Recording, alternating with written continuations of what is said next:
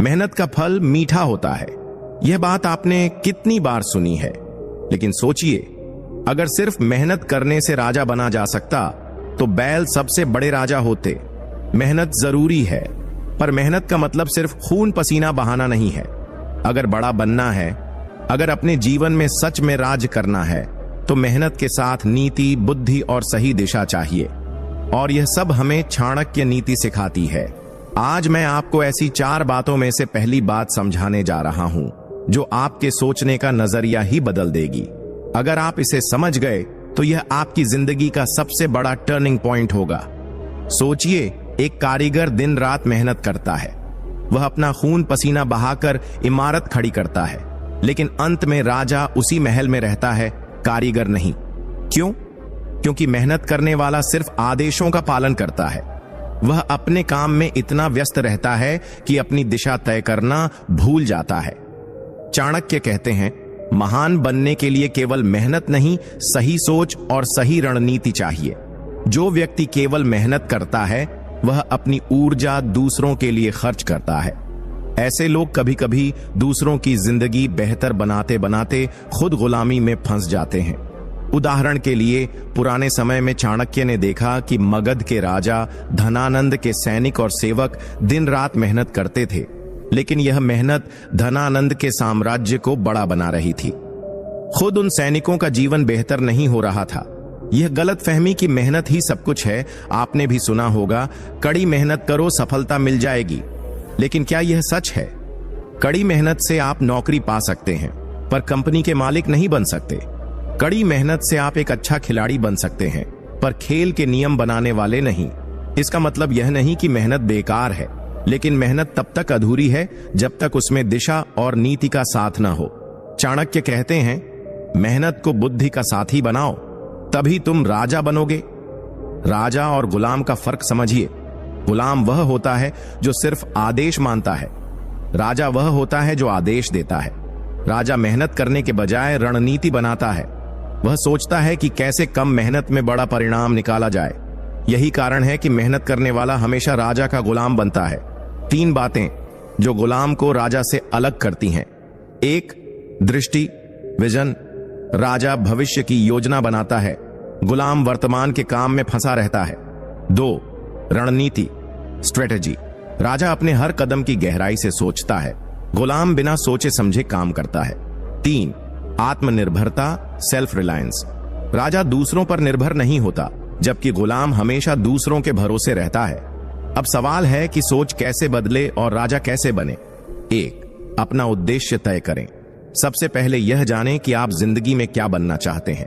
अगर आपके पास स्पष्ट उद्देश्य नहीं है, तो आप दूसरों के सपने पूरे करने में फंसे रहेंगे। 2. मेहनत को सही दिशा दें। मेहनत बर्बाद न करें, हर काम को समझदारी से करें। 3. सीखने की आदत डालें। चाणक्य कहते हैं, जो सीखने से मना करता है वह अपनी काबिलियत को खो देता है। अगर आप नई नई चीजें नहीं सीखेंगे तो दूसरों से पीछे रह जाएंगे। 4. दूसरों को पढ़ें और समझें। राजा दूसरों की सोच और उनकी ताकत को समझता है। यह उसे सही फैसले लेने में मदद करता है। अब सोचिए, अगर आपने मेहनत को ही सब कुछ मान लिया और सही दिशा में कदम नहीं बढ़ाया तो क्या होगा? आप दूसरों के सपनों का हिस्सा बनकर रह जाएंगे। आपकी मेहनत दूसरों को ऊपर ले जाएगी, लेकिन आप वहीं रहेंगे। एक दिन ऐसा आएगा जब आप थक जाएंगे, लेकिन आपकी मेहनत का फल आपको नहीं मिलेगा। चाणक्य कहते हैं, जिसने सोचने की ताकत खो दी वह कभी बड़ा नहीं बन सकता। चालाकी करना आसान है। आप छोटी छोटी चीजों में दूसरों को मात देकर अपने लिए रास्ता बना सकते हैं, लेकिन ध्यान दीजिए, चालाकी की उम्र कम होती है।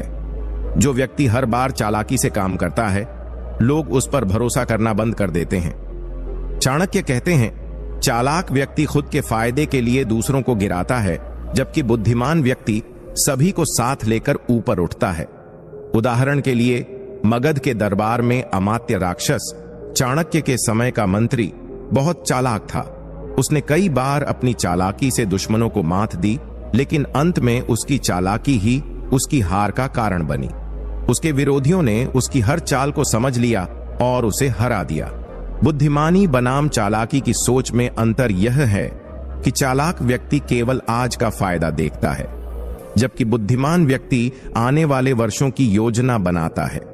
उदाहरण के लिए, चालाक व्यक्ति रिश्वत देकर जल्दी काम निकाल लेता है, लेकिन बुद्धिमान व्यक्ति ऐसा सिस्टम बनाता है जिसमें रिश्वत की जरूरत ही न पड़े। विश्वास का महत्व भी यही बताता है कि चालाक लोग भरोसे को तोड़ते हैं, जबकि बुद्धिमान लोग भरोसा कमाते हैं। चाणक्य कहते हैं, राजा वहीं टिकता है जिस पर लोग भरोसा करते हैं। समस्या का हल भी इसी सोच का हिस्सा है। चालाक व्यक्ति समस्या से बचने की कोशिश करता है, जबकि बुद्धिमान व्यक्ति समस्या को जड़ से खत्म करता है।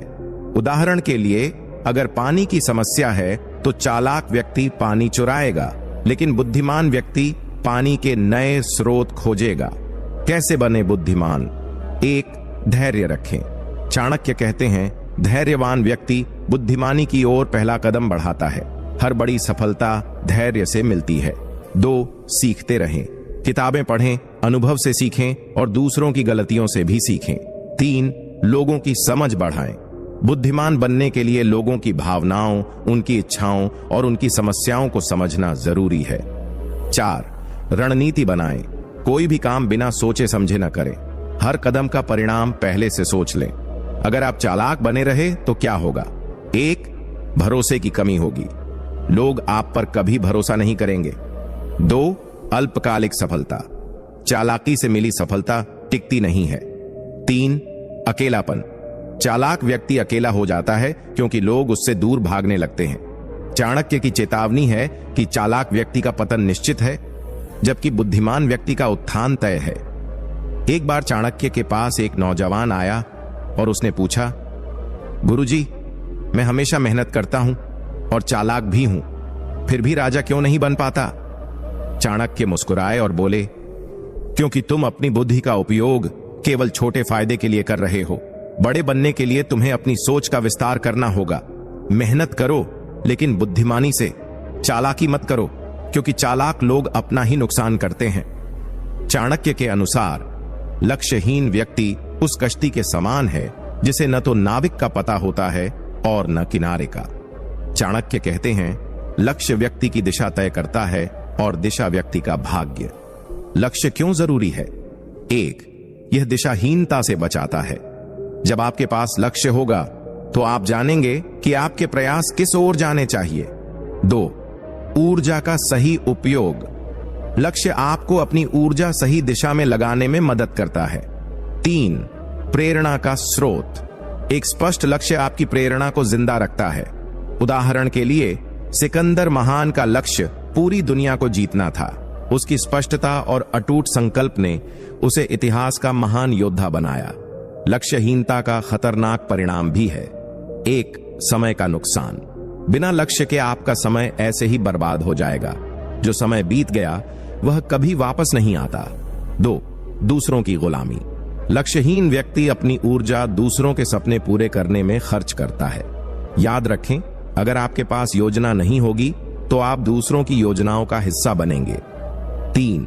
असफलता का चक्र, जब कोई लक्ष्य नहीं होता तो आप बार बार असफल होते हैं।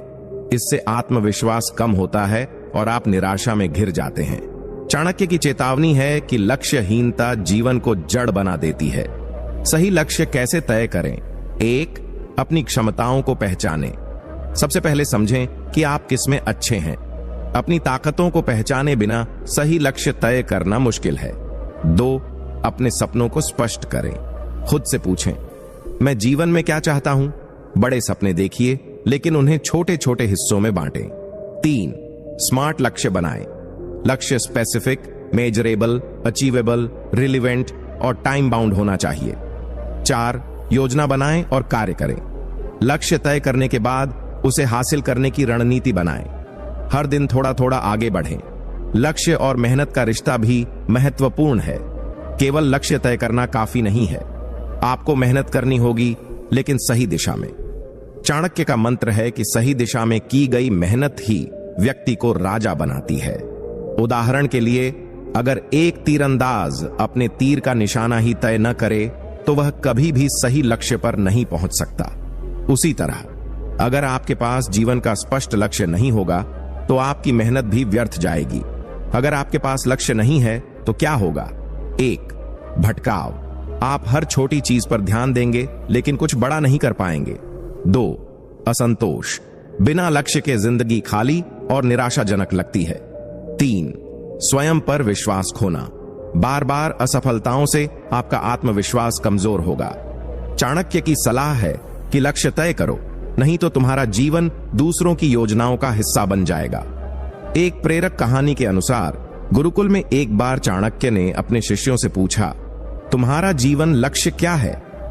एक शिष्य बोला, गुरुजी, मैं अभी तय नहीं कर पाया।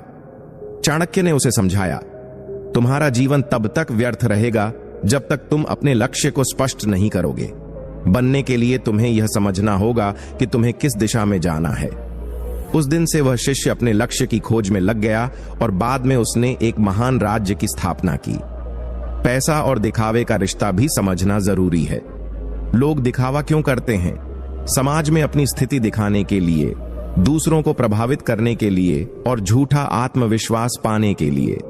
लेकिन दिखावे का परिणाम धन का अपव्यय, आर्थिक संकट और मानसिक तनाव होता है। चाणक्य कहते हैं, जो व्यक्ति अपनी मेहनत की कमाई को बेकार की चीजों पर खर्च करता है, वह अपने भविष्य को अंधकार में डालता है। पैसे का सही उपयोग क्यों जरूरी है? 1. भविष्य की सुरक्षा, अगर आज आपने पैसा संभाल कर खर्च नहीं किया तो भविष्य में आपके पास कुछ भी नहीं बचेगा। 2. आपातकालीन स्थिति, जीवन में हर समय एक समान नहीं होता। संकट के समय में बचाया हुआ पैसा ही आपके काम आता है। 3. स्वतंत्रता, पैसा आपको दूसरों पर निर्भर होने से बचाता है।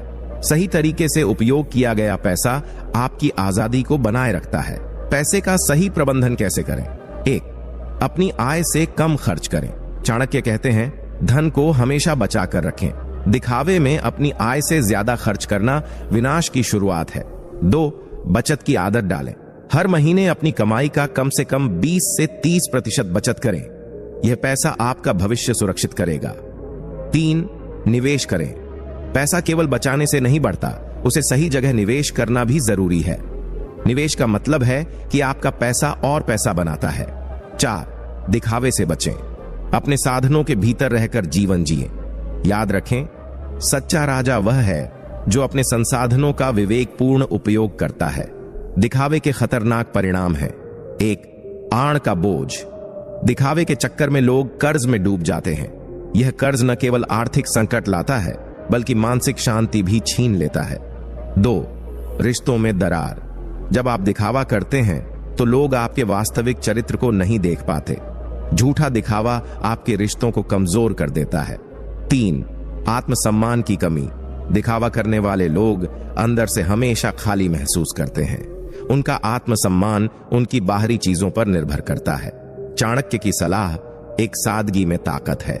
चाणक्य कहते हैं, सच्चा राजा वही है जो सादगी में जीता है और अपनी ताकत को छुपा कर रखता है। दिखावे से बचें और अपनी ऊर्जा अपने साम्राज्य को बनाने में लगाएं। धन को हथियार बनाएं, कमजोर नहीं। पैसा आपका साथी है, दुश्मन नहीं। इसे समझदारी से खर्च करें और इसे अपनी ताकत बनाएं। अपने संसाधनों का सही उपयोग करें। दिखावे के बजाय अपने पैसे को शिक्षा, स्वास्थ्य और भविष्य की योजनाओं में लगाएं। एक प्रेरक कहानी के अनुसार चाणक्य ने अपने शिष्य को सिखाने के लिए एक बार उसे बाजार भेजा। उन्होंने कहा, तुम बाजार से सबसे कीमती चीज खरीद कर लाओ। शिष्य ने बाजार से सोने की मूर्ति खरीद ली और चाणक्य को दिखाकर कहा, गुरुजी, यह सबसे कीमती है। चाणक्य ने मुस्कुराकर कहा, यह कीमती तो है पर इसका कोई उपयोग नहीं। पैसे का मूल्य तभी है जब वह आपके जीवन को बेहतर बनाए, ना कि दिखावे में बर्बाद हो। उस दिन से शिष्य ने दिखावे से दूर रहना सीखा और अपने धन का सही उपयोग करना शुरू किया। चाणक्य ने कहा, ज्ञान असली साम्राज्य का आधार है। धन खत्म हो सकता है, ज्ञान नहीं। पैसा, संपत्ति और संसाधन नष्ट हो सकते हैं, लेकिन ज्ञान हमेशा आपके साथ रहता है। चाणक्य कहते हैं, ज्ञान वह संपत्ति है जिसे कोई चुरा नहीं सकता। ज्ञान से निर्णय लेने की ताकत मिलती है। राजा और गुलाम के बीच का अंतर उनकी सोच में है। जो इंसान सही समय पर सही निर्णय लेता है वही अपने साम्राज्य का निर्माण कर सकता है। चाणक्य का मानना है कि ज्ञान आपकी असली पहचान है। एक ज्ञानी व्यक्ति किसी भी परिस्थिति में अपनी पहचान बनाए रखता है। धन या रुतबा तो समय के साथ बदल सकते हैं, लेकिन ज्ञान आपके व्यक्तित्व का अटूट हिस्सा बन जाता है। ज्ञान कैसे बनाता है आपको राजा? बुद्धिमानी से संसाधनों का उपयोग करें। केवल मेहनत करने से आप गुलाम बन सकते हैं, लेकिन ज्ञान का उपयोग करने से आप नेता बनते हैं। चाणक्य का सिद्धांत है कि ज्ञानवान व्यक्ति संसाधनों की कमी में भी अवसर ढूंढ लेता है। दूसरों को नेतृत्व देना भी ज्ञान का एक हिस्सा है। ज्ञानी व्यक्ति दूसरों को प्रेरित करता है और नेतृत्व करता है। वह अपने ज्ञान का उपयोग करके टीम को सफलता की ओर ले जाता है। नई संभावनाओं की खोज करें। चाणक्य कहते हैं, ज्ञान वह कुंजी है जो नए रास्ते खोलती है। आप अपने ज्ञान के माध्यम से नई योजनाएं और अवसर बना सकते हैं। ज्ञान अर्जित करने के 4 महत्वपूर्ण सूत्र हैं: पढ़ाई और शोध, अनुभव, गुरु का मार्गदर्शन और आत्मनिरीक्षण। पढ़ाई और शोध नियमित रूप से नई चीजें सीखने और किताबें पढ़ने से ज्ञान अर्जित होता है। अनुभव से असली ज्ञान मिलता है। गुरु का मार्गदर्शन सही दिशा दिखाने में मदद करता है। आत्मनिरीक्षण से खुद की कमजोरियों और गलतियों से सीखने का अवसर मिलता है। ज्ञान की ताकत का एक प्रेरक उदाहरण है। चाणक्य के समय एक गरीब किसान के पास ना धन था ना संसाधन, लेकिन उसने अपने छोटे से खेत में नई तकनीक और अपने अनुभव का इस्तेमाल किया। कुछ ही वर्षों में वह पूरे राज्य का सबसे बड़ा अनाज व्यापारी बन गया। जब राजा ने उससे पूछा, तुमने यह कैसे किया? किसान ने उत्तर दिया, धन मेरे पास नहीं था, पर मेरे पास जो ज्ञान था वह मेरे साम्राज्य को खड़ा करने के लिए काफी था। चाणक्य कहते हैं, जो केवल दिखावे में रुचि रखते हैं वे कभी ज्ञानी नहीं बन सकते। ज्ञानी व्यक्ति अपने परिणाम से खुद को साबित करता है, ना कि अपने शब्दों से। मेहनत के साथ समझ भी जरूरी है। केवल कठोर परिश्रम से आप राजा नहीं बन सकते। आपको अपने हर कदम को सोच समझकर उठाना होगा। ज्ञान से आप गुलामी की मानसिकता तोड़ते हैं। ज्ञान व्यक्ति को स्वतंत्र बनाता है। यह आपको आत्मनिर्भर बनाता है और दूसरों पर निर्भरता खत्म करता है। चाणक्य की सीख है, सच्चा राजा वह है जो ज्ञान के बल पर शासन करता है। धन और सैनिक से ज्यादा राजा की ताकत उसका ज्ञान है। मेहनत को सही दिशा देने के लिए ज्ञान का सहारा लें। बिना ज्ञान के मेहनत केवल समय और ऊर्जा की बर्बादी है। हमेशा सीखते रहें। जीवन में कभी भी सीखना बंद मत कीजिए। हर दिन एक नया अवसर है कुछ नया जानने का। तो दोस्तों, चाणक्य नीति हमें सिखाती है कि सिर्फ मेहनत करना ही काफी नहीं है। मेहनत तभी सफल होती है जब उसमें सही दिशा हो, सही ज्ञान हो और सही सोच हो। अगर आप भी राजा की तरह अपनी जिंदगी का नियंत्रण अपने हाथों में लेना चाहते हैं तो इन बातों को अपने जीवन में अपनाएं। अब बात आती है आगे की। हमारे चैनल का उद्देश्य है आपको जीवन में सही मार्गदर्शन देना। चाणक्य नीति और महान विचारों के माध्यम से आपकी सोच को मजबूत बनाना। हर हफ्ते हम आपके लिए ऐसी ही प्रेरणादायक कहानियां और विचार लेकर आते हैं जो आपकी जिंदगी को बदल सकते हैं। तो दोस्तों, अगर आपको यह वीडियो पसंद आया हो और अगर आप चाणक्य की नीतियों से और अधिक सीखना चाहते हैं तो हमारे चैनल को सब्सक्राइब करना मत भूलिए। आपके भविष्य का राजा बनने का सफर यहीं से शुरू होता है। ज्ञान से साम्राज्य बनाइए, मेहनत को सही दिशा दीजिए। हमारे चैनल चाणक्य सूत्र को अभी सब्सक्राइब करें और घंटी दबाना मत भूलें ताकि हर नई वीडियो की सूचना सबसे पहले आपको मिले। आपके सपनों को सच करने की यात्रा में हम आपके साथ हैं। जय चाणक्य। हर व्यक्ति के जीवन में एक ना एक बार उसे संकटों का सामना जरूर करना पड़ता है। वह बात अलग है कि हर व्यक्ति अपने हिसाब से संकटों से निपटता है। कई लोग इसे बहुत ही सरलता से हैंडल करते हैं तो कई घबरा जाते हैं। लेकिन जो लोग संकट काल में खुद को संभाल नहीं पाते और खुद को इससे निपटने के लिए असमर्थ समझते हैं, उनके लिए आचार्य चाणक्य की 5 बातों को जानना बहुत जरूरी हो जाता है। जी हाँ, जीवन के मुश्किल समय में ज्यादातर लोगों का विवेक काम नहीं करता है। इसी कारण व्यक्ति को कई तरह की हानि का सामना करना पड़ता है। वहीं आचार्य चाणक्य ने हर व्यक्ति के कठिन समय में काम आने वाली कई बातों को बताया है कि विपत्ति के समय व्यक्ति को क्या करना चाहिए और किन बातों का ध्यान रखना चाहिए। तो आइए जानते हैं कौन कौन सी हैं वह बातें। धैर्य से काम लें। चाणक्य नीति के अनुसार किसी भी मनुष्य को अपने विपरीत परिस्थिति में कभी भी धैर्य नहीं खोना चाहिए और हमेशा अपनी सोच सकारात्मक रखनी चाहिए। सबसे महत्वपूर्ण बात कि जैसी भी परिस्थिति हो उस समय धैर्य न खोएं और शांति से अपना कार्य करते रहें और अपने अच्छे समय के आने का इंतजार करें। परिवार के सदस्यों की करें सुरक्षा। चाणक्य नीति के अनुसार संकट के समय परिवार के प्रति जिम्मेदारी निभाना इंसान का पहला कर्तव्य होना चाहिए। इसलिए जब भी परिस्थिति विपरीत हो सबसे पहले अपने परिवार के सदस्यों की सुरक्षा का विशेष ध्यान रखें। संकट के समय अपने परिजनों का साथ निभाना चाहिए।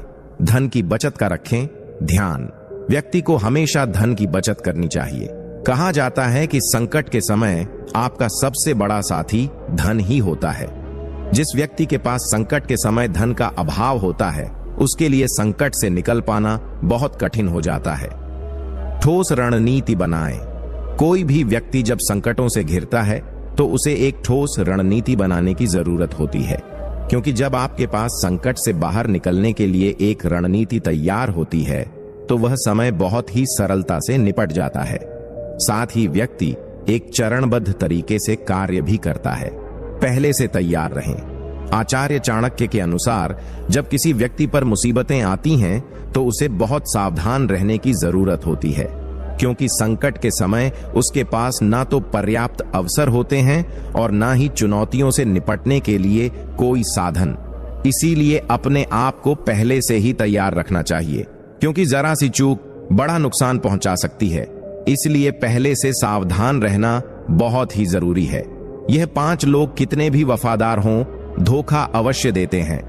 दोस्तों, जीवन में कई बार कुछ ऐसे लोग हमारे जीवन में आते हैं और वफादारी दिखावा करके धोखा दे देते हैं। तो दोस्तों ध्यान रखें, यह 5 लोग कितने भी वफादार क्यों ना हों, लेकिन यह धोखा अवश्य देते हैं। तो आखिर वे 5 लोग कौन से हैं? आइए समझते हैं इस कहानी के माध्यम से। एक बार माता पार्वती भगवान शिव के पास बैठी थीं, तो उन्होंने महादेव से पूछा, प्रभु, इस पृथ्वी पर ऐसे कौन से 5 लोग हैं जो चाहे कितने भी वफादार हों लेकिन धोखा जरूर देते हैं, और जीवन भर साथ कौन निभाता है? फिर भगवान महादेव कहते हैं, हे पार्वती, आज मैं तुम्हें एक ऐसी कहानी सुनाता हूं जिससे तुम समझोगी कि 5 प्रकार के लोग कितने भी वफादार हों मगर धोखा अवश्य देते हैं, और साथ ही यह भी समझोगी कि जीवन भर साथ कौन निभाता है। मगर मैं तुम्हें जो कहानी सुनाने जा रहा हूं उसको पूरा और मन से सुनना, और 2 ध्यान की बातें भी प्राप्त होंगी। फिर माता पार्वती कहती हैं, प्रभु, आप कहानी शुरू कीजिए। मैं आपको वचन देती हूं कि आप जो भी कहानी सुनाएंगे मैं कहानी को पूरा और मन से सुनूंगी। तो मित्रों, कहानी शुरू करने से पहले मेरा आप सभी से अनुरोध है कि यदि आपने अभी तक हमारा चैनल सब्सक्राइब नहीं किया है तो आप हमारे चैनल को सब्सक्राइब करके बेल आइकन अवश्य दबा लें, जिससे हमारी हर वीडियो का नोटिफिकेशन सबसे पहले आप तक पहुंच सके और आप हमारी वीडियो से प्राप्त ज्ञान का अपने जीवन में लाभ उठा सके। तो चलिए कहानी शुरू करते हैं। भगवान शिव कहते हैं, हे पार्वती, एक बार की बात है, एक राजा और उसका मंत्री दोनों बहुत बड़ी मुश्किल में थे, क्योंकि दोनों के कोई बेटा नहीं था।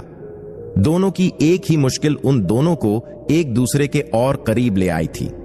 वे दोनों एक दूसरे के साथ खुश रहते थे। दोनों अलग अलग केवल कभी कभार ही रहते थे।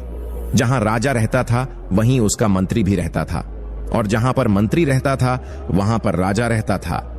समय धीरे धीरे गुजरता गया। फिर एक दिन सुबह को राजा और मंत्री दोनों जंगल में शिकार करने के लिए गए। वहां उनको एक साधु मिल गया। उस साधु के पास आग के पास में एक कुकड़ू बैठा हुआ था। राजा और मंत्री को ऐसा लगा जैसे वह पूजा कर रहा है, क्योंकि उन दोनों की तरफ उसने बिल्कुल भी नहीं देखा था। उस साधु को देखकर राजा अपने मंत्री से कहने लगा, चलो चलकर इस साधु से बात करते हैं। हो सकता है कि साधु से मिलने के बाद हमारा कुछ काम हो जाए। हमारे घर में पुत्र की किलकारियां गूंजने लगें। भगवान शिव कहते हैं, हे पार्वती, इस प्रकार राजा और मंत्री उस साधु से मिलने के लिए उसके पास गए। दोनों ने साधु के सामने बैठकर उसे प्रणाम किया और अपना दुख उस साधु को बताया। वह दोनों साधु से कहने लगे, हम दोनों के कोई संतान नहीं है। सिर को नीचे झुकाए हुए वह साधु कहने लगा, राजा और मंत्री, तुम दोनों दुखी बिल्कुल मत हो। मैं तुम्हें 2 आम देता हूं। यह आम अपने साथ लेकर जाओ और आप दोनों अपनी अपनी पत्नी को खिला देना। इन दोनों आमों को खाने के बाद में तुम दोनों की पत्नियां गर्भ धारण करेंगी और समय आने पर पुत्र रत्न की प्राप्ति होगी। वहीं राजा और मंत्री आम लेने के बाद में साधु को बहुत बहुत धन्यवाद देकर राजा और उसका मंत्री दोनों अपने घर लौट गए। आम ले जाकर अपनी अपनी पत्नियों को खिला दिया। फिर ठीक समय पर दोनों ने एक एक पुत्र को जन्म दिया। भगवान शिव कहते हैं, हे पार्वती, जब दोनों लड़के पैदा हुए तो राजा के घर में और मंत्री के घर में ही नहीं बल्कि सारे राज्य में खुशियां मनाई गईं। ब्राह्मणों को बिना नाप तोल के बहुत सारा दान किया गया, गरीब लोगों को खाना खिलाया गया और सारे कैदियों को छोड़ दिया गया। उस राज्य में ऐसा पहले कभी किसी ने नहीं देखा था। समय धीरे धीरे गुजरने लगा। वहीं दोनों घरों में दोनों बच्चों की खास देखभाल की गई। जब वे दोनों बच्चे बहुत छोटे थे तो उनकी देखभाल के लिए कई दासियां रखी गईं, जो उनकी देखभाल करती थीं। धीरे धीरे दोनों पुत्र बड़े हो गए। तब उन्हें गुरुकुल में पढ़ने के लिए भेज दिया गया।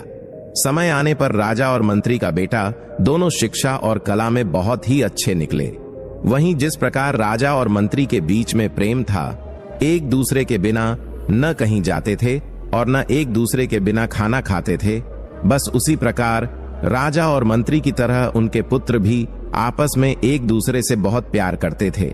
वे अक्सर दोनों साथ साथ रहते थे। समय धीरे धीरे गुजरता गया। फिर जब राजा और मंत्री का पुत्र बड़ा हुआ तो एक दिन वे दोनों शिकार खेलने के लिए एक साथ जंगल में गए। वहां पर वे दोनों कई घंटों तक शिकार की खोज में घूमते रहे। काफी देर बाद राजकुमार बहुत थक गया और उसे प्यास लगी। वे अपने घोड़े से उतर गए और उन्होंने अपने अपने घोड़े को एक पेड़ से बांध दिया। भगवान शिव कहते हैं, हे पार्वती, राजकुमार वहीं घोड़े के पास बैठ गया और मंत्री का बेटा पानी की खोज में चला गया। उसे जल्दी ही एक छोटी सी नदी मिल गई। वह राजकुमार की प्यास को तो भूल गया और वह उस नदी के स्रोत को ढूंढने के लिए चला गया। वहीं जब मंत्री का बेटा 1-2 मील आगे निकल गया तो उसे उस नदी का स्रोत मिल गया। वहां उसने एक सुंदर परी को एक शेर के साथ बैठा देखा। मंत्री के बेटे ने देखा कि वह शेर उस परी से डरा हुआ था। ऐसा दृश्य देखकर वह मंत्री का बेटा चौंक गया और अपने मित्र राजकुमार को बताने के लिए दौड़कर उसके पास गया। मंत्री पुत्र राजकुमार को पिलाने के लिए पानी भी साथ लेकर गया। वह राजकुमार के पास पहुंच गया।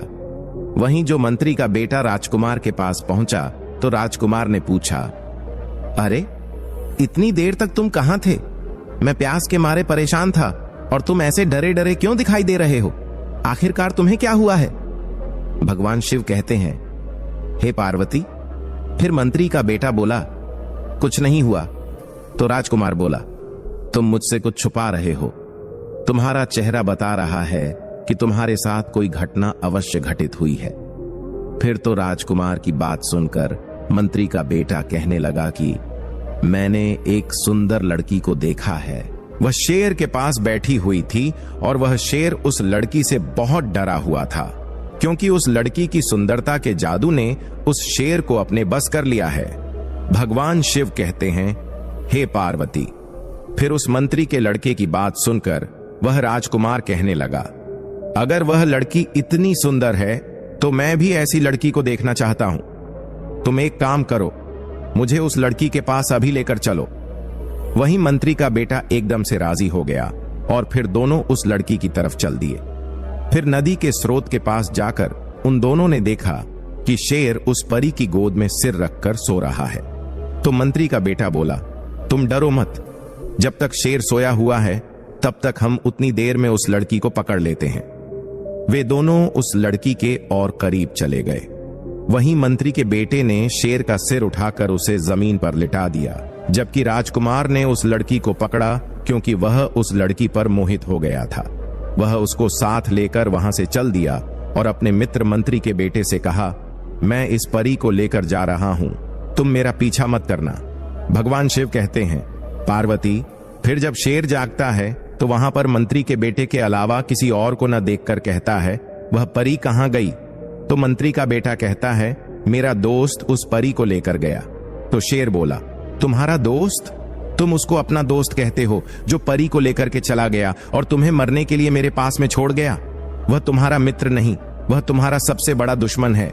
हमेशा ध्यान रखना, कभी भी कोई सच्चा दोस्त इस तरीके से अपने दोस्त के साथ ऐसा नहीं करता है जैसे तुम्हारे दोस्त राजकुमार ने तुम्हारे साथ किया है। स्वयं तो परी को लेकर चला गया और तुम्हें मेरे पास मरने के लिए छोड़ गया। वह तुम्हारा दोस्त नहीं बल्कि दुश्मन है। अब मैं तुम्हें सच्चे दोस्त की एक कहानी सुनाता हूं कि आखिरकार सच्चे दोस्त कैसे होते हैं और कौन से लोग ऐसे होते हैं जो धोखेबाज होते हैं। भगवान शिव कहते हैं, हे पार्वती, शेर कहने लगा, एक बार की बात है, 3 मित्र थे। एक राजकुमार था, दूसरा ब्राह्मण था और तीसरा बढ़ई था। इन तीनों के पास अपनी अपनी खास चतुराई थी। राजकुमार मुश्किल से मुश्किल और पेचीदा से पेचीदा मामलों को बहुत जल्दी सुलझा देता था।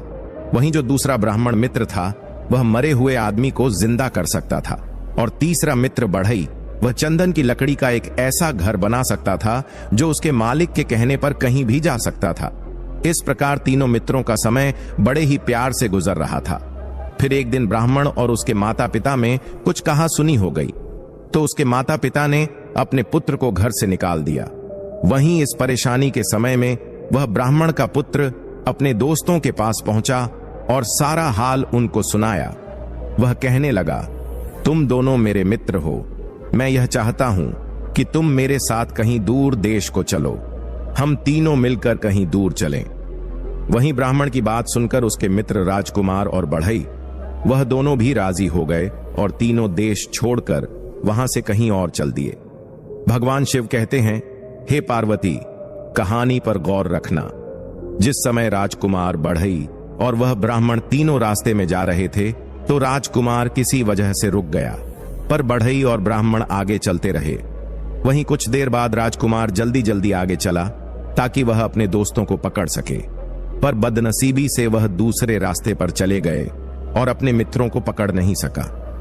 मगर वह इस आशा में आगे चलता रहा कि वह अपने दोस्तों को अवश्य ढूंढ लेगा।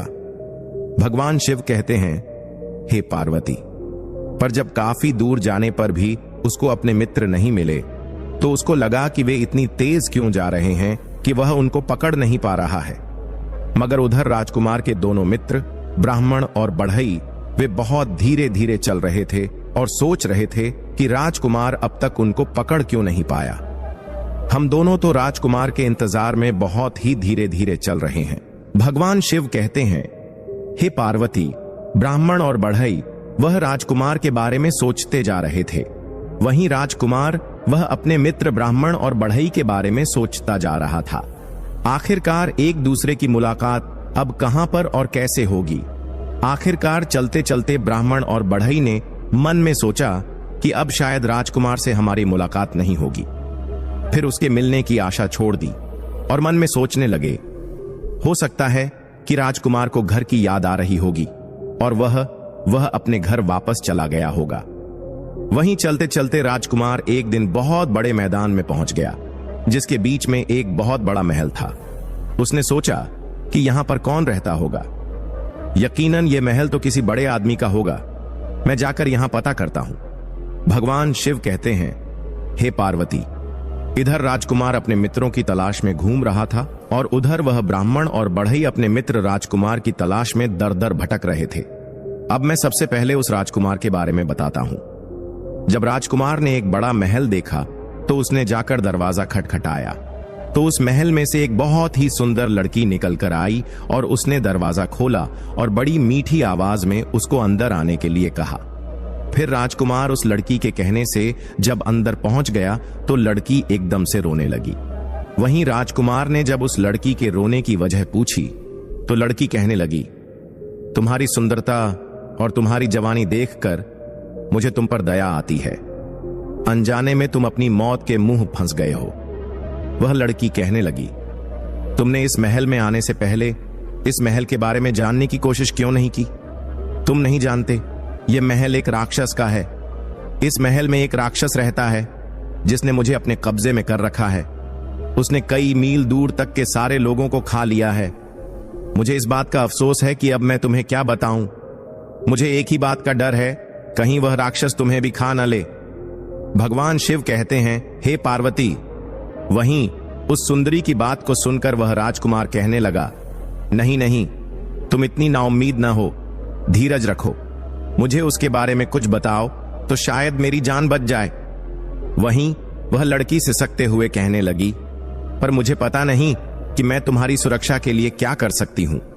वहीं थोड़ा सोचने के बाद में फिर वह लड़की उस राजकुमार को महल के पीछे वाले कमरे की तरफ ले गई और उसमें रखे एक बड़े बक्से में उस राजकुमार को बंद कर दिया और उससे बोली, अब तुम यहां पर तब तक चुपचाप रहो जब तक मैं दोबारा लौट कर ना आऊं।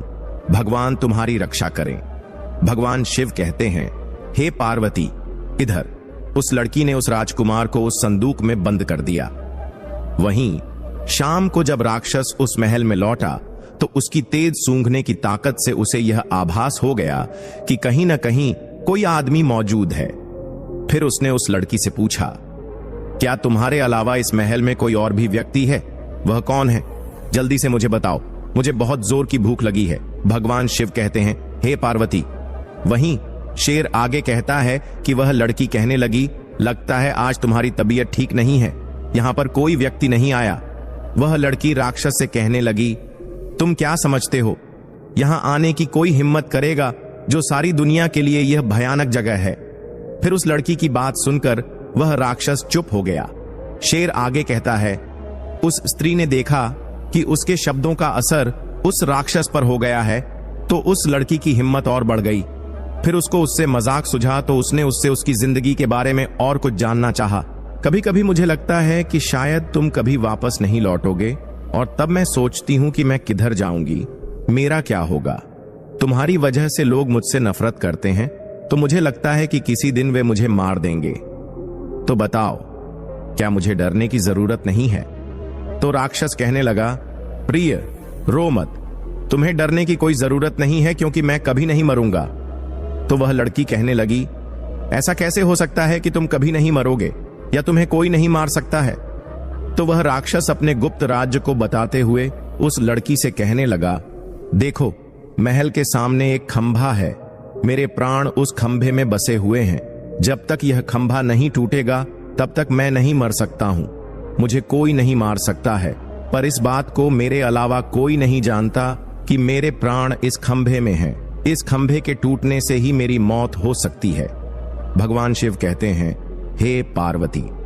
शेर आगे कहता है, जब अगली सुबह होती है और जब राक्षस महल से बाहर चला जाता है तो वह लड़की उस राजकुमार को संदूक से आजाद कर देती है और उस राक्षस की गुप्त बात उस राजकुमार को बता देती है कि इस राक्षस को मारने का एक ही तरीका है कि तुम जल्दी से इस खंभे को तोड़ दो, क्योंकि उस राक्षस के प्राण इस खंभे में बसे हुए हैं। यदि यह खंभा टूट जाएगा तो राक्षस की मृत्यु तुरंत हो जाएगी और तुम और हम दोनों फिर आजाद हो जाएंगे। वहीं उस लड़की की बात सुनकर राजकुमार बहुत खुश हुआ और बोला, तुम चिंता मत करो, यह बहुत ही अच्छा समय है। जब राक्षस बाहर गया हुआ है, मैं खंभे को तोड़ देता हूं और उस राक्षस को अभी मार देता हूं। फिर राजकुमार खंभे के पास गया और उसने खंभे को मार मार कर तोड़ दिया। जब तक उस खंभे के सैकड़ों टुकड़े नहीं हुए तब तक वह शांति से नहीं बैठा। ऐसा लग रहा था कि राजकुमार की हर चोट सीधी राक्षस पर पड़ रही थी, क्योंकि जैसे ही खंभे को मारता था वह राक्षस बहुत जोर से चिल्लाता था। वहीं जब खंभा टूटकर गिर गया तो राक्षस भी मर गया। अब राजकुमार उस लड़की के साथ उस महल में रहने लगा। वहीं आसपास के लोगों ने उस राजकुमार का धन्यवाद किया क्योंकि उसने राक्षस को मार दिया था। फिर उसके बाद में उस देश में शांति और खुशहाली छा गई, क्योंकि राक्षस मर चुका था और आसपास की जमीन में फिर से खेती होने लगी। गांव बसने लगे, वातावरण में लोगों की हंसी और संगीत गूंजने लगे। भगवान शिव कहते हैं, हे पार्वती। वहीं शेर आगे कहता है कि सच्ची खुशी हमेशा के लिए नहीं रहती है। फिर एक दिन वह लड़की अपने घर की एक खिड़की के सामने अपने बाल संवार रही थी। बाल संवार कर कंघी उसने खिड़की की दीवार पर रख दी। तब तक एक कौवा वहां पर आ गया और उस कंघी को लेकर उड़ गया। वह उसको बहुत दूर समुद्र के पास ले जाकर उस कंघी को पानी में गिरा दिया। वहीं उस कंघी को एक बड़ी मछली ने निगल लिया और इस मछली को इत्तेफाक से एक मछुआरे ने पकड़ लिया। मछुआरे ने देखा कि मछली बहुत बड़ी थी, इसलिए उस मछुआरे ने उस मछली को राजा के महल में राजा के खाने के लिए भिजवा दी। भगवान शिव कहते हैं, हे पार्वती, शेर ने आगे कहा कि जब रसोइया मछली साफ कर रही थी तो उसको उसके पेट में एक कंघी मिली। उसको यह बड़ा अजीब सा लगा। फिर वह कंघी को लेकर उस राजा के पास गया। वहीं राजा ने जब वह कंघी देखी तो उसने उसके मालिक से मिलने की इच्छा प्रकट की और राजा ने चारों तरफ अपने आदमी भेजे और कहा, उस कंघी वाली लड़की का पता करके आओ, यह कौन है और मुझे बताओ। जो भी इस कंघी वाली लड़की के बारे में बताएगा मैं उसे बहुत बड़ा इनाम दूंगा। भगवान शिव कहते हैं, हे पार्वती, शेर आगे कहता है कि कुछ समय बाद में एक स्त्री मिली जिसने कहा कि वह उस कंघी को पहचानती है और उसने यह भी वादा किया कि वह उस कंघी की मालकिन से राजा को मिलवा देगी, क्योंकि वह स्त्री उस राजकुमार की पत्नी के बारे में जानती थी कि ऐसी कंघी उस राजकुमार की पत्नी इस्तेमाल करती है। और फिर वह स्त्री राजकुमार की पत्नी से मिली और बहुत जल्दी राजकुमार के परिवार में घुल मिल गई। इतना ही नहीं बल्कि उस स्त्री को उसके महल में रहने के लिए भी बुला लिया गया। तो उसने तुरंत स्वीकार कर लिया, क्योंकि राजकुमार की पत्नी से उस स्त्री ने मित्रता कर ली थी। फिर राजकुमार की पत्नी ने कहा, तुम हमारी मित्र हो, तुम हमारे घर पर रहो। भगवान शिव कहते हैं, हे पार्वती, शेर आगे कहता है कि वह स्त्री मन में सोचने लगी कि जब तक राजकुमार जिंदा है तब तक वह अपने उद्देश्य में सफल नहीं हो सकती है। फिर उसने राजकुमार को जहर दे दिया और वैद्य को रिश्वत देकर उसकी पत्नी से यह कहलवा दिया कि राजकुमार की मृत्यु हो गई है। वहीं राजकुमार की पत्नी राजकुमार की मौत पर बहुत दुखी हुई और बहुत रोई। उसके इतना दुखी होने पर लोगों को लगा कि अब तो वह मर ही जाएगी, पर उसने उसकी लाश को नहीं छोड़ा। उसने उसे एक मजबूत बक्से में बंद करके अपने कमरे में रख लिया और उस लाश के सहारे रहने लगी। भगवान शिव कहते हैं, हे पार्वती, एक दिन उस राजकुमारी को एक बात याद आती है जो उसके पति राजकुमार ने उसे बताई थी। उसने कहा था कि मेरे 2 मित्र ऐसे हैं जिनकी मैं खोज कर रहा था। आज मैं तुम्हें उनके बारे में बताता हूं। मेरे दोनों मित्रों के अंदर एक ऐसी कला है कि एक मित्र तो ऐसा है जो मरे हुए व्यक्ति को जीवित कर सकता है और दूसरा मित्र ऐसा है जो ऐसा मकान बना सकता है जो आज्ञा देते ही कहीं भी जा सकता है। भगवान शिव कहते हैं, हे पार्वती, वही शेर आगे कहता है कि फिर उस राजकुमारी को आशा जगने लगी और वह मन में सोचने लगी कि मैं अपने पति राजकुमार के उन दोनों मित्रों जो ब्राह्मण और बढ़ई हैं को अवश्य ढूंढ कर लाऊं, जिससे मेरे पति को वे जिंदा कर सकें। फिर वहां से वह राजकुमारी अपने पति राजकुमार के दोनों मित्र ब्राह्मण और बढ़ई को ढूंढने के लिए निकल पड़ी। राजा द्वारा भेजी गई स्त्री जैसे ही मौका पाती है वह उस राजकुमारी से कहने लगती है, तुम इस महल को छोड़ दो और हमारे साथ चलो, तुम्हारी सभी समस्याओं का समाधान हो जाएगा और तुम्हें शांति मिलेगी। फिर राजा के द्वारा भेजी हुई स्त्री की बात सुनकर राजकुमारी उसकी बात मान लेती है और उसके साथ चली जाती है। भगवान शिव कहते हैं, हे पार्वती, अपने घर आते ही राजा के द्वारा भेजी हुई स्त्री ने राजा को खबर भिजवा दी कि वह अपने उद्देश्य में सफल हो गई है। फिर राजा उस राजकुमारी से मिलने के लिए आया और उसे जबरदस्ती अपने महल में ले गया। राजा ने राजकुमारी से प्रार्थना की कि वह उसके साथ उसकी रानी बनकर रहे। वहीं राजा की बात सुनकर उस लड़की ने कहा, मैं तुम्हारे साथ शादी तो कर लूंगी, पर मुझे 6 महीने का समय चाहिए, क्योंकि पंडित ने ऐसा कहा है कि 6 महीने से पहले तुम्हारे लिए शादी करना अशुभ है। इसीलिए आप मुझे 6 महीने का समय दे दो, उसके बाद मैं तुम्हारी रानी बनकर रहूंगी। राजा उस राजकुमारी की बात सुनकर बहुत खुश होता है और उस दिन का इंतजार करने लगता है जब 6 महीने पूरे हो जाएं और वह राजकुमारी को अपनी रानी बनाकर अपने महल में रख सके। भगवान शिव कहते हैं, हे पार्वती, राजा ने उस राजकुमारी के लिए एक छोटा सा महल सड़क के किनारे बनवा दिया। वहीं इस महल में वह राजकुमारी अकेली रहती थी इसी बीच वह राजकुमारी भगवान से हमेशा प्रार्थना करती थी कि उसके पति राजकुमार, जिसकी मृत्यु हो गई थी और जिसकी लाश को उसने संदूक के अंदर बंद कर दिया था, कि दोनों मित्र ब्राह्मण और बढ़ई से उसकी मुलाकात हो जाए, जिससे वह अपने पति के मित्रों द्वारा अपने पति राजकुमार को जीवित कर सके और राजा से शादी करने से बच जाए। भगवान शिव कहते हैं, हे पार्वती, शेर आगे कहता है कि वह राजकुमारी हर जगह पूछताछ करती थी कि उसके पति के दोनों मित्रों को किसी ने देखा हो। वह हमेशा अपनी निगाहें महल की खिड़की पर ही रखती थी, ताकि उसके पति के दोनों मित्र ब्राह्मण और बढ़ई यदि कभी उस रास्ते से होकर गुजरें तो उसकी उनसे मुलाकात हो जाए। समय धीरे धीरे गुजरता गया और 6 महीने पूरे होने में भी कुछ ही दिन बाकी रह गए। तभी एक दिन उस राजकुमारी ने 2 आदमी अपने घर की तरफ आते हुए देखे और उनसे पूछा, आप लोग कौन हैं और कहां से आए हैं? तो वे दोनों व्यक्ति कहने लगे, हम लोग यात्री हैं और काफी यात्रा करने के बाद यहां तक पहुंचे हैं। हम तुम्हें अपनी पीड़ा क्या बताएं? हमारा एक मित्र राजकुमार था जो कहीं पर खो गया है। हम दोनों उसी को ढूंढते घूम रहे हैं। फिर वह राजकुमारी कहने लगी, आप दोनों अंदर आइए, थोड़ा आराम कीजिए, फिर मुझे अपने खोए हुए दोस्त के बारे में कुछ बताइए। शायद मैं आपके खोए हुए मित्र को ढूंढने में आपकी कुछ सहायता कर सकूं। भगवान शिव कहते हैं, हे पार्वती।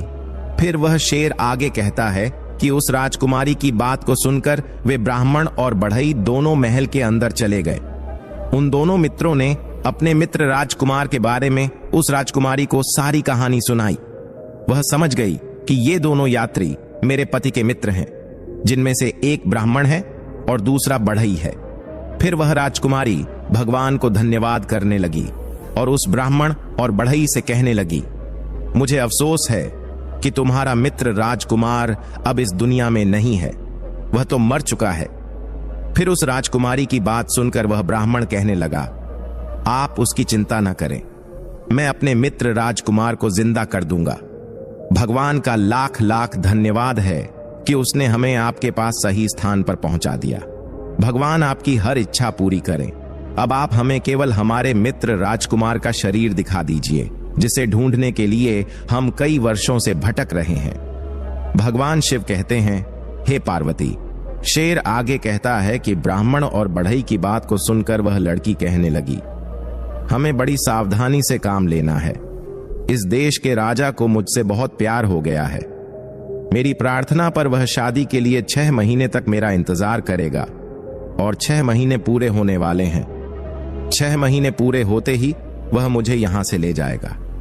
हमें बहुत ही सावधानी से काम करना है, क्योंकि राजा ने मेरे चारों तरफ बहुत सारा पहरा लगा रखा है। इस महल के अंदर कोई नहीं आता है। मैं अकेली रहती हूं और जो कुछ भी यहां पर होता है, यह पहरेदार जाकर राजा को सब बता देते हैं। मुझे पूरा यकीन है कि आप दोनों का यहां होना भी राजा को पता चल गया होगा। इसीलिए हमें बहुत ही सावधानी से काम करना है, अन्यथा मैं तुम दोनों की मुलाकात तुम्हारे मित्र राजकुमार के मरे हुए शरीर से नहीं करवा पाऊंगी। राजकुमारी उन दोनों मित्रों से कहने लगी, अब हमें यह सोचना है कि इस महल से बाहर कैसे निकलें। तो बढ़ई कहने लगा, आप चिंता मत कीजिए, अगर आप मुझे जरा चंदन की लकड़ी का टुकड़ा लाकर दें तो मैं उससे एक ऐसा महल बना दूंगा जो उसके मालिक की इच्छा पर कहीं भी उड़कर जा सकेगा। फिर उस बढ़ई की बात सुनकर वह राजकुमारी कहने लगी, ठीक है, मैं देखती हूं।